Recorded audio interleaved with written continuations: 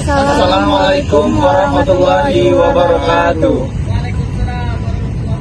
Kami dari kelompok 6 yang berjumlahkan 4 orang yang akan membahas tentang isu etika dalam bisnis syariah kontemporer, sektor keuangan syariah, dan perdagangan halal. Kami beranggotakan 4 orang yang saya sendiri bernama Nur Aini dengan NPM 235100229. Saya bernama Nur Saman dengan NPM 235101073. Saya Yod Marta Sanjaya dengan NPM 2351010186. Saya Kladi Pokori Wanana dengan NPM 2351011010. Jadi, sistem bisnis modern yang adil, berkelanjutan, dan transparan didasarkan pada etika bisnis Islam. Etika ini sangat relevan untuk keuangan syariah dan perdagangan halal di dunia modern, terutama di era digitalisasi. Kedua bidang ini menunjukkan bagaimana prinsip syariah dapat mengatasi tantangan yang ada di seluruh dunia. Keuangan syariah berlandaskan nilai-nilai seperti larangan riba, gharar, dan maisir yang bertujuan untuk menciptakan transaksi yang adil dan beretika.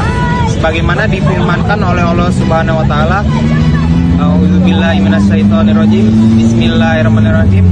Ya ayyuhalladzina amanu la ta'kulur riba ad'afan mudha'afah wattaqullaha la'allakum tuflihun.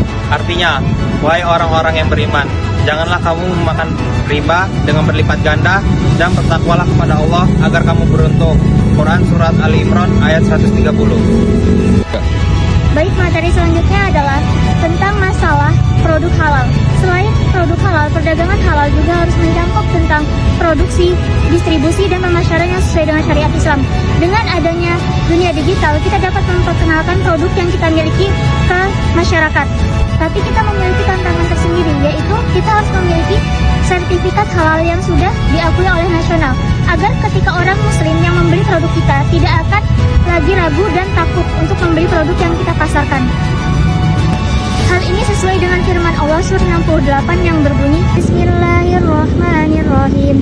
Ya ayyuhan nasu kullu mimma fil ardi halalan thayyiba wa la tattabi'u khutuwati syaitan innahu lakum aduwwum mubin.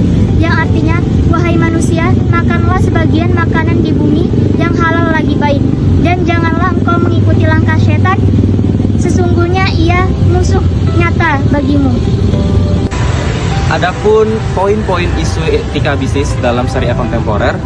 Poin pertama, di dalam pasar kompetitif, banyak sekali pelaku bisnis yang mengabaikan prinsip-prinsip etika Islam, seperti larangan gizi yang artinya penipuan, dan larangan tadlis yang artinya kecurangan. Misalnya, seperti menjual produk dengan klaim palsu atau memberikan informasi yang menyesatkan hanya demi keuntungan semata saja. Poin kedua, pada era modern, tanggung jawab sosial perusahaan atau CSR menjadi pusat perhatian utama. Namun, banyak sekali bisnis yang mengabaikan prinsip-prinsip etika terkait pelestarian lingkungan dan kesejahteraan masyarakat hanya demi berfokus kepada keuntungan ekonomi saja. Poin ketiga, sistem syariah seringkali harus beradaptasi kepada sistem infrastruktur ekonomi konvensional seperti perbankan dan perdagangan internasional. Dalam hal ini menimbulkan dilema etis karena sistem syariah harus beroperasi dalam lingkungan yang memungkinkan dalam lingkungan tersebut ada riba atau gharar. Adapun poin yang keempat, yaitu permintaan konsumen modern terhadap produk dan layanan berbasis syariah semakin meningkat. Tetapi inovasi ini seringkali tidak begitu cepat. Misalnya, kekurangan produk halal dalam kecerdasan buatan dan blockchain yang belum begitu terpenuhi. Untuk poin yang kelima, dengan globalisasi, banyak sekali bisnis beroperasi di berbagai negara dengan etika yang berbeda. Tantangan ini diperburuk oleh e-commerce dan fintech yang memfasilitasi transaksi spekulatif atau pelanggaran privasi konsumen jika tidak diawasi dengan ketat. Untuk poin yang keenam atau terakhir, Ekonomi modern yang didominasi oleh kapitalisme seringkali bertentangan dengan keadilan dan keseimbangan dalam prinsip Islam. Praktik seperti monopoli, riba, dan eksploitasi buruh adalah tantangan terbesar dalam menerapkan etika bisnis Islam secara luas.